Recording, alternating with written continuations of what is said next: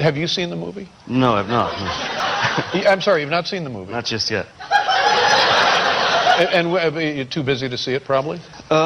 You know, in a way, you know, once my job is done on the film, it's really none of my business. Johnny Depp's awkward energy made it impossible for celebrities to keep a straight face. These are celebrities who couldn't handle Johnny Depp's awkward humor. Johnny can't grow a beard on Graham Norton. Learned it in drama school. Okay. Yeah. What about you? Can you I have beard envy. Oh, you're talking to Johnny. I wonder. I have beard envy. I do. Yeah, I grew about 7 or 8 hairs on this side, but maybe about 5 over here. Depp just accepts the roast with that sleepy, embarrassed smile that says he knows he's completely cornered. And then just whatever sort of falls in between is left. Getting insulted by Iggy Pop. He was walking around with the beagle. I don't know why.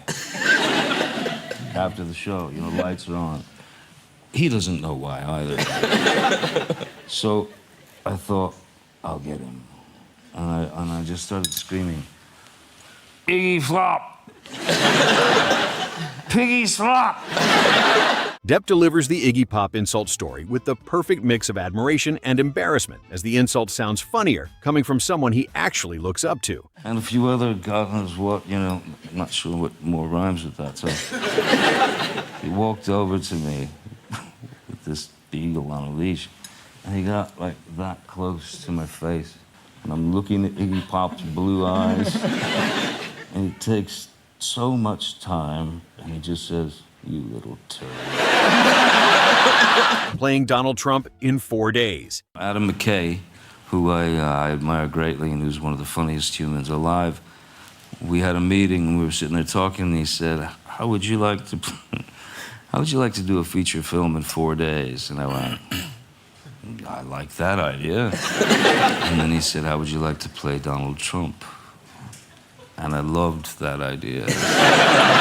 Johnny explains how he played Donald Trump in a rushed comedy project by talking about it as casually as if it were just another odd job that landed in his lap. I didn't care if I knew if I was capable or not, you know. I wanted to try, so, yeah, so I I did my bit as Donald Trump. You don't want to be Donald Trump. Playing True or False with Ellen. That's bad. You're here so rarely. We didn't get along very well during the shoot. Oh, no. So this might be a knockdown drag out. I don't know. You once dreamed of being the first white Harlem Globetrotter. That's true. That is true. Yeah, that was a great passion of mine when I was a little kid. Are you a good basketball player? No. Ellen's True or False game puts Depp into a format that's way too fast for his normal interview rhythm, as he responds with pauses that make every answer feel suspicious. But I like the shape of elephants. You know, there's sort of various shapes in terms of painting. Yes. There's a lot of different textures and things on elephants. And how many elephants would you say you've painted? About 11. 11. Just grabbing it out of a hat. Okay. You know. Depp admitted he played with Barbies. You enjoy playing with Barbie dolls. Well, not as much as I used to, let's say. Johnny adds the extra detail that makes the whole thing wonderfully awkward as the room laughs at the image of Depp alone with the dolls. But When my daughter was little, I played a lot of Barbie. Mm-hmm. Took me a while to get, you know, to shake the... To stop the games with the Barbies? Yeah. Wow, okay. I guess it was when I got caught by myself with the Barbies. It really did it. Yeah. Depp's awkward sleep position. I don't know how this got in here, but you sleep in the nude.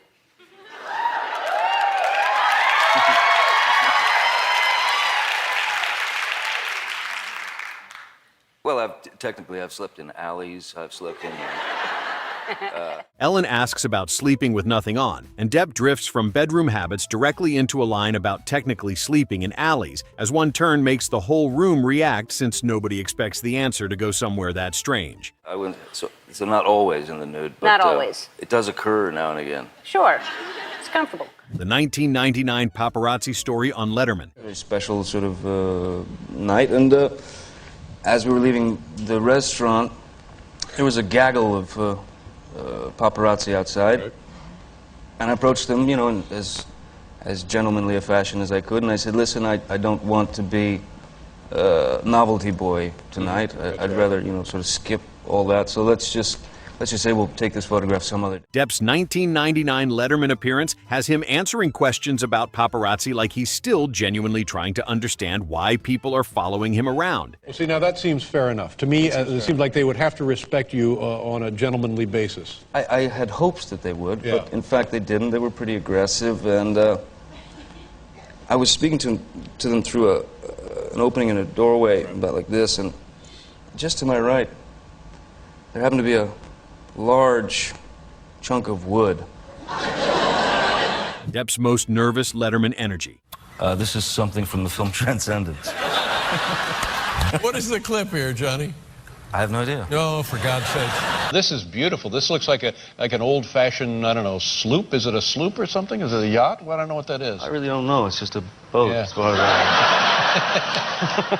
Johnny's most visibly uneasy Letterman appearance captures him looking charming while also appearing ready to be anywhere less formal than that chair at any given moment. that was probably about 2.5 seconds before everything went very sideways. There's two things that I have a problem with. One is I never read screen direction, which is the stuff that tells you what to do. How can that be possible? Well, I'd rather not know what they want me to do. Why Johnny doesn't watch his own movies. Have you seen the movie? No, I've not. I'm sorry, you've not seen the movie? Not just yet. And you're too busy to see it, probably? You know, in a way, you know, once my job is done on the film, it's really none of my business. You know? Depp telling Letterman he doesn't watch his own films creates an awkward standoff between host logic and Depp logic, as Dave keeps wanting a clear answer while Depp explains it in a vague, careful way that makes the conversation impossible to pin down. So you deliberately don't look at the finished product? Oh, yeah, I stay as far away as I possibly Is that can. right? Yeah. If I can, I try to stay in as profound a state of ignorance as possible. Well, you come to the right place. Breaking down laughing during court testimony. No. Mr. Depp had his penis out of his Objection. pants, didn't he? I think it would have been Mr. Depp's penis. I'll allow it. Next question. And you were trying to get Mr. Depp out of the house, correct? Correct, I was trying to get Mr. Depp out of the house, yes. And Mr. Depp was refusing to leave the house, was he not?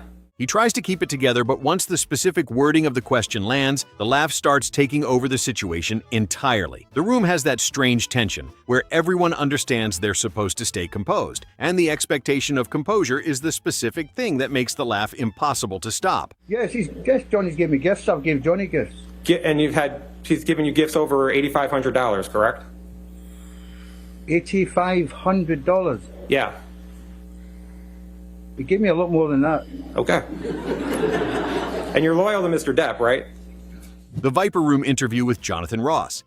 So it's a real small town America. Kind of, yeah. What kind of things then did, as a young person growing up, when you're going through your wilder years, what kind of things do you do to enjoy yourself? Oh, we used to do crazy things, you know, like, you know, blow fire, stuff like that. Blow fire? I lit my head on fire once doing it. You have to be really quite bored to get to... bored and stupid. Stupid goes away. It's a kind of a combination. Depp's Viper Room interview with Jonathan Ross has a cool early 90s awkwardness that feels completely different from polished modern press tours. He's sitting in a setting tied to his own nightlife world, yet he still seems uneasy with being directly analyzed. Ross asks questions with curiosity, and Johnny answers like someone trying to stay casual while revealing as little as possible. These days, you don't have to be that great to get signed these days. It's more, now, is that a bitter old man talking there, or do you think genuinely that is the case? Well, it's always a bitter old man talking. I always speak as a bitter old man. The Letterman interview part 2. Nothing. Yeah. Kids run around playing the sound, you know. And I'm guessing that one of the great wonders of the experience is the night sky. It must be tremendous. Incredible. Oh, the Milky Way. You know, it's insane, yeah. Yeah. I got a bid in on a place on Staten Island. Kind of a timeshare thing. This second Letterman segment has the kind of awkward Depp pacing where even completely normal answers feel slightly unpredictable and slightly dangerous to follow too closely. Dave keeps trying to pull clean stories out of him, and Depp keeps answering in a way that feels half amused and half deeply reluctant to commit to anything as direct as a finished answer. The humor comes from the little delays before he commits to any response, as if each answer requires a separate internal decision about how much of himself to actually give the television audience in that specific moment. He doesn't seem hostile or bored, but genuinely uncomfortable with the machinery of being professionally interviewed in front of cameras and an audience. Dave's reactions sharpen the moment since he always knew how to make silence feel like part of the joke, rather than dead air requiring rescue from a host scrambling to fill it. What's the elevation? What's the highest elevation? What's this? What's that? What's, water makers, solar power, all the questions I couldn't answer. So he asked me to get all this stuff together for him, and he advised me. Mm-hmm. Wow. Yeah, he was terrific about it. So he was kind of like he was working for Century 21 or something. The guy. Depp's odd energy breaks Jay Leno. Sinatra? Did you meet Mr. Sinatra? No, I just watched. Just looked at him. Stand back and get the whole thing. Yeah. Stood very far away. You can play a young Sinatra. I think you can pull that off. Old, when he was, in the early years. old black eyes. Yeah, well, be a little tricky. Depp's Jay Leno. Nick of Time interview shows a younger, more visibly guarded version of his talk show persona, sitting across from a host whose upbeat energy couldn't be more different from anything Depp naturally produces. Jay brings his usual shiny television confidence, while Depp answers in a way that feels much quieter and consistently harder to read, creating a funny little tension that runs through the entire segment. That mismatch produces a strange chemistry, where Jay's cheerful professional warmth keeps bouncing off Depp's reserved, unwilling to be promoted energy, without either energy ever fully winning the exchange. Do you get recognized for different things than you do here? I mean, is there a different, I mean, people know you here, Ed Wood and some of those. I mean, is it the same all over? Do they? Yeah, they don't concentrate on hotel rooms so much in Europe. Yeah. Depp seems polite in a careful way, but he's clearly not built for the big, bright talk show rhythm Jay used consistently across his entire Tonight Show run. The awkwardness comes from watching him try to promote a project while still looking like celebrity self-promotion makes him personally uneasy in a physical way. Jay keeps smiling through the whole thing, which only makes Depp's reserved qualities stand out more sharply by comparison. It's a good early example of how Depp could be genuinely funny, simply by not matching the format around him at any point during the appearance. Johnny's 1993 interview. Oh, very much. I mean, You're born in Kentucky, you have to have a little something. Born in Kentucky, grew up listening to, Johnny Cash and Lester Flatt and Earl Scruggs and Hank Williams, You ever find yourself doing any of their licks or trying Absolutely. to be a little country? Yeah, I love those guys. Folks in L.A. don't know what that is still too much. No, that's, I don't know. There's a lot of people in L.A. who would probably never understand.